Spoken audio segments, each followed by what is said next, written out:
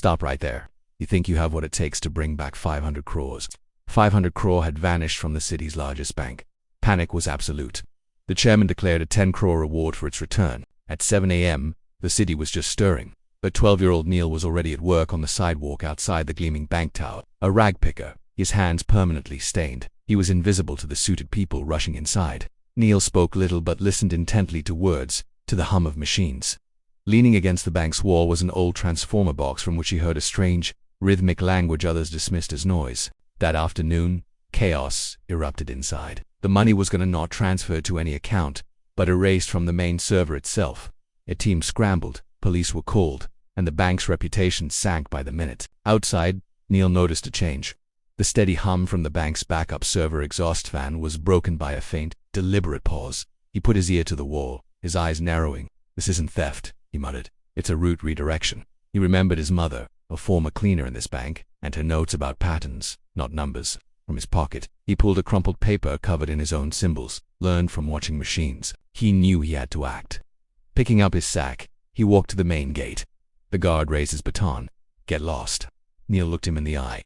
"The money that's gone, it's still inside this bank." As the guard laughed, Senior Manager Radhika Mehta emerged, her face etched with stress. "What did you say?" "The system rerouted itself."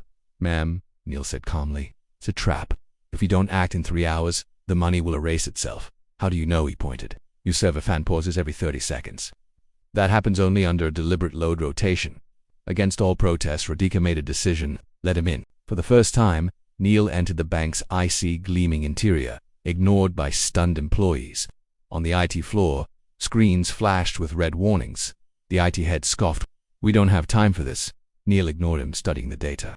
"You're looking at the wrong logs. See this timestamp? It jumps back a second before each transaction. That's not manual. That's impossible." "No," Neil said. "Whoever did this didn't steal. They forced the bank to fight itself." He explained the system. When threatened, had created a hidden, temporary vault to trap the intruding data. But that vault would soon collapse, deleting the money forever.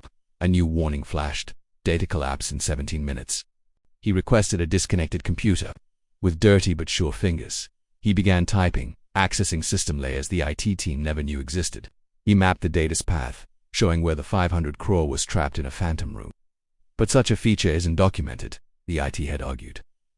"It's not a feature," Neil replied. "It's the machine sphere." He initiated a reverse track, guiding the money back. But a new alert stopped them. Authorization required. The authorization request came from the phantom vault itself. "The system is deciding who to trust," Neil said quietly, "and it doesn't trust you." Time was running out. Radhika asked, "What do we do?" Neil pulled out his crumpled paper. "We remind the system who it was built for." He entered a unique coda pattern based on the sequence of small, everyday transactions of 10, 50, 200, thousands flashed on the screen. "You'll slow the system down," an engineer cried. "No, this will make it trust us. Machines run on patterns. The truest pattern is the money of small people." The alert changed, trust index rising. With minutes left, a soft beep echoed. The system was waking. The money began flowing back, 100 crore, 250 crore. But a loud alarm blared. System conflict detected. The thief, still inside the network, was fighting back. "He's an insider," Neil stated. The screen revealed the culprit, the bank's own deputy technology director, driven by debt. Only 4 minutes remained. "Can we stop him?" Radhika asked. "Yes, but I must shut the entire system down for 30 seconds. The bank will crash. If I don't, the money will be lost forever in the conflict." Radhika closed her eyes. "Do it." Neil pressed enter. The bank went dark, lights, ATMs, everything. Outside, the media declared a catastrophe.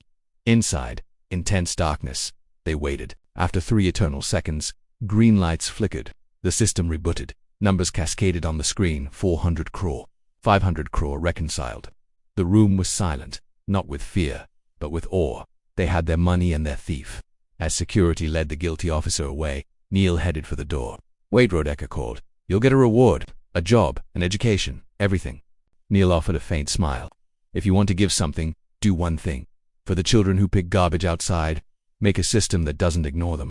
And he walked out, back to his sidewalk. The news spread like wildfire. A rag picker boy saves the bank. The next day, officials and school vans came, offering Neil a way out. He had one question. "After I study, will anyone still listen?" They had no answer. That evening, Radhika returned, not as a manager, but as herself. She sat beside him. "I didn't bring a plan. I came to ask, what do you want?" Neil replied. I want systems that ask first and judge later. Change began subtly. The bank started a small initiative, allowing street children to sit near their tech hubs to be heard. Neil came daily, now with a notebook. His name, once invisible, was now essential. The system had been saved by a boy who understood its language, and in return he asked only that it learn to listen.